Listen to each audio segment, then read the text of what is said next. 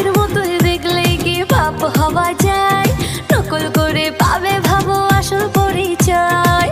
মায়েরই বলছি তোদের দেখলে বড় কষ্ট হয়, মায়েরই বলছি তোদের দেখলে বড় কষ্ট হয়। নিজের মতো চেষ্টা করো তবে হবে আসল জয়, নিজের মতো চেষ্টা করো তবে হবে